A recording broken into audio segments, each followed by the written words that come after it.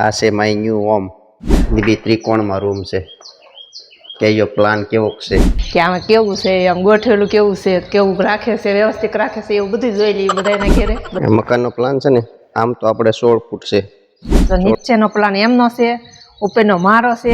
આખી 3 ફૂટની માળી હતી. અહીંયા ફર્નિચર આવશે.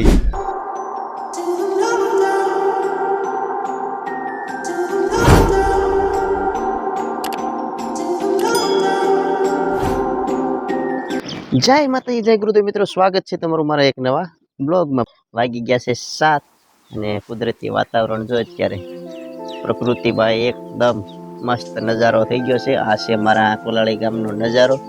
આ તમે જોઈ શકો છો. કારણ કે આ પ્રકૃતિમાં રહેતા હોય ને તો લગભગ કહેવાય કે જેવી તેવી માંદગી હોય તો પણ જતી રહે. આ છે ભાઈ ગામડાની મોજ. તમે જોવો બધી. આ છે માય ન્યૂ હોમ. નીચેની રૂમ છે, આ ઉપરની રૂમ. ઘણા બધા નવા સબસ્ક્રાઈબરોએ તો નહીં જોયું હોય, તમને અંદર લઈ જઈ અને બતાડું માય ન્યૂ હોમ. જો આ દાદરો ચડીને આવો ને એટલે પહેલાં જ અહીંયા બાથરૂમ આવે, પછી આ ગેલેરી મૂકેલી છે. બાથરૂમની પડખે આ ગેલેરી છે. અને આ બી ત્રિકોણમાં રૂમ છે. કયો પ્લાન કેવો છે? જો આ પહેલી રૂમ છે, આ ઉગમણી દિશામાં છે. એને જો સરસ મજાનું આ બધું ગોઠવી નાખેલું છે, બધું વ્યવસ્થિત. આ પહેલી રૂમ છે અમારી. અને બીજી રૂમ તમને બતાવું. એક્ઝેક્ટ ત્રિકોણમાં હાલો એટલે આ બીજી રૂમ આવે. જો આ બીજી રૂમ છે. જો કે અમે કોઈ અહીંયા સુવા તો આવતા નથી, આ બધું એમને છે. કારણ કે બધી વ્યવસ્થા જો આ એને કરી નાખી. આ રૂમની ઓછી અમે ઓલું કરીએ. અને આ બાજુ બારી છે, આ પાછલી સાઈડમાં. આ બીજાના મકાન છે. આ 2 રૂમ છે.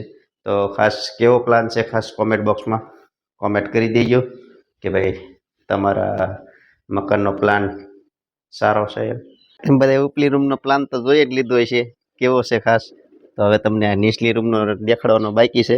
ઉપર તો આપણે જોઈને આવ્યા, હવે નીચે તમને બતાવી કેવો પ્લાન છે એમ. અંદરની રૂમનો તો પ્લાન છે ને ભાઈ, આ 16x14ની રૂમ છે. અને આ બધી જો માળી કાઢેલી છે. આ આખી 3 ફૂટની માળી હતી. અહીંયા ફર્નિચર આવશે. આજે અત્યારે આ ડબ્બો મૂકેલો છે, કબાટ. અહીંયા આખું ફર્નિચર આવશે. 3x3ની માળી મૂકી હતી.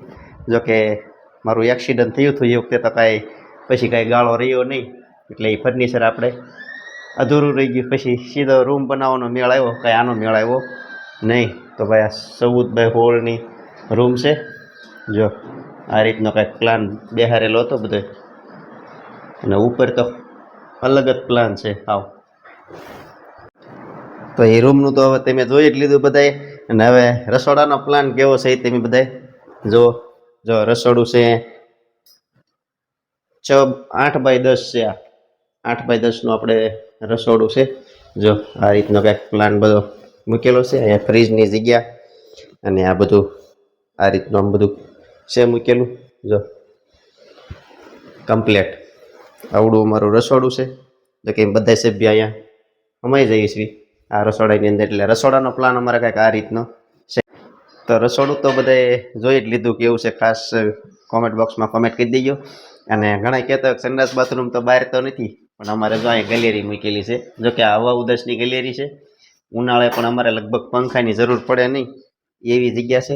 અને જો ગેલેરીમાં આવો ને એટલે આ બાજુ આ બાથરૂમ છે. સરસ મજાની અહીંયા પણ બધી સુવિધા છે, ફુવારેની.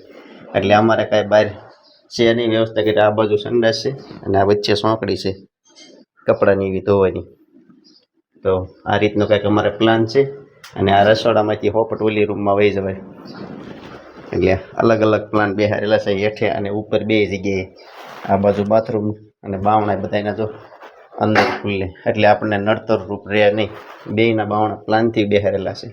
આખા મકાનનો પ્લાન તો ઉપરનો નીચેનો જોઈને તો આવ્યા. આ તમને બધું બતાવી દીધું નીચે અને ઉપર. અને હજી એક જગ્યા આપણે અહીં એક પ્લાન મૂકેલો છે. તમે જો આ 10x10ની એક રૂમ.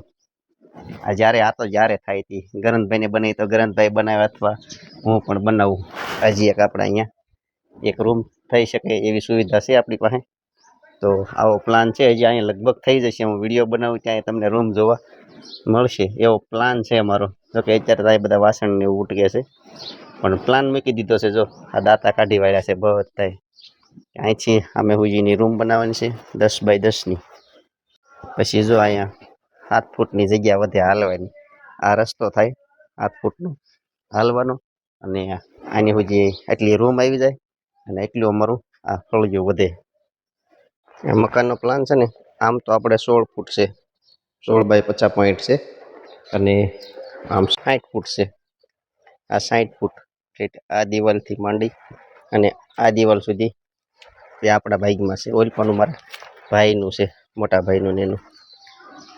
જય માતાજી બધાને. તો જો આપણે નાઈ ધોઈને કમ્પ્લીટ થઈ ગયા છીએ. આપણે આવી ગયા ધાબા ઉપર. તો અમારો પ્લાન તમને કેવો લાગ્યો કા? તો જો ઉપરનો પ્લાન તો મેં આપેલો છે, નીચેનો આને આપેલો છે. જે પ્લાન સારો હોય એ કોમેન્ટ કરી દેજો સરસ મજાની. જે પ્લાન તમને ગમે એનો કોમેન્ટ બોક્સમાં કોમેન્ટ કરી દેજે. હા, જો મેં તો બધાને ઘરે જોતા જોયું કે કેવો પ્લાન છે એમ. એ આદમીને કાંઈ એવું જોવાનું ન હોય કે કોનું ઘર કેવું છે, ને એને ગમે એવું હોય તો હાલે.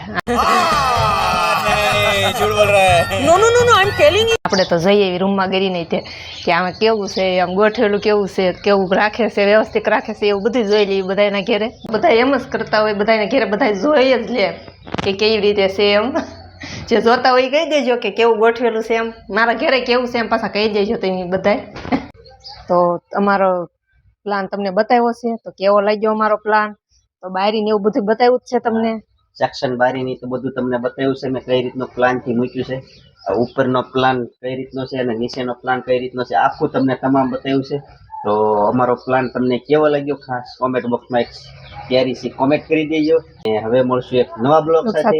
ત્યાં સુધી બધાને જય માતાજી. જય માતાજી. Bye bye.